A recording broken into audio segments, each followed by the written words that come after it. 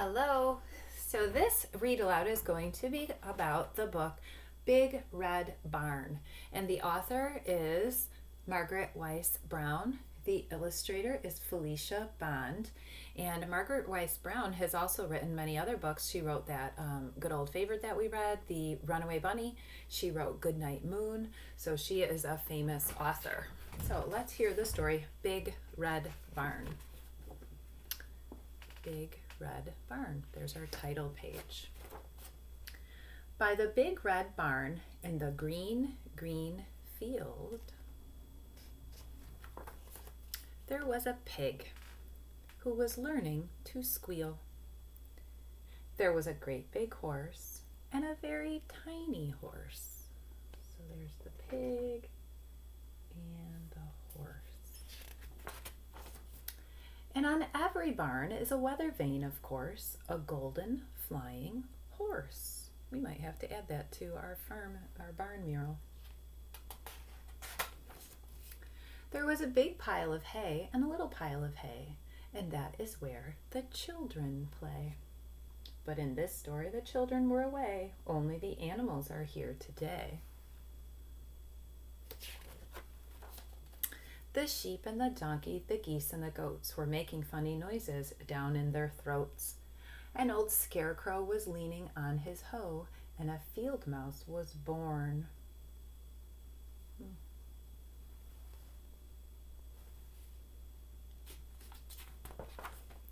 In a field of corn. So there he is. He's in that field, just being born. Some butterflies.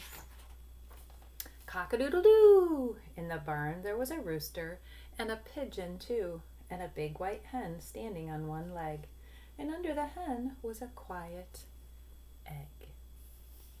So up in the top, the hayloft of the barn, a lot of times that's where the chickens and the birds go. There was a bantam rooster and a little bantam hen with a big clutch of eggs. Counting them, there were 10. So those bantam rooster and bantam hens are not white. They're like a reddish orangish color. Cock-a-doodle-doo, moo, moo.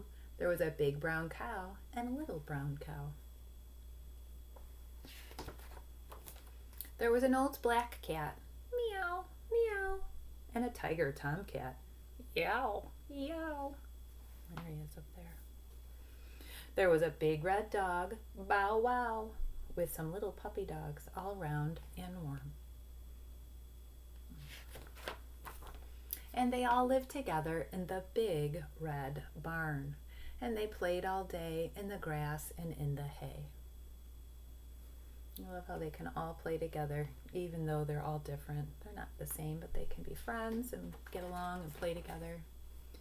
When the sun went down in the great green field, the big cow lowed, and the little pig squealed, and the horses stomped in the sweet warm hay, and the little donkey gave one last bray. So the sun is starting to set. That means we're getting to be nighttime. The hens were sleeping on their nests. Even the roosters took a rest. The little black bats flew away and out of the barn at the end of the day. So a lot of times bats will live up in the top of the barn underneath the roof, underneath the ceiling, but they are nocturnal, so they go out at nighttime to get their food. And there they were all night long, sound asleep in the big red barn. Only the mice were left to play, rustling and squeaking in the hay, while the moon sailed high. So it's a little tough to see, but there's the little mice down in the hay. In the dark sky. So there is the moon at the end of the day over the big red barn. And in the beginning was the sun coming up. So I hope you loved that story. Now that made me think of adding a detail. Made me think of adding the detail to the top of my barn. So that story talked about a weather vane. So there's a little kind of a box at the top. It's called a cupola. And that little box will kind of acts like a stand. And at the top there was a golden weather vane, and it was the shape of a horse. But a weather vane blows around. It blows to tell the farmer which way is the wind blowing. Is it going north, south, east, or west? So I am going to put a little X at the top, a cross actually. It's kind of more like a T. It's a little tough to see, but it's like a big letter T. And there is arrows that will point north, south, east, or west. And that one was very fancy. It had a horse in the middle of it. Mine's just kind of plain, and that's a little bit of a better picture. And that is called a weather vane.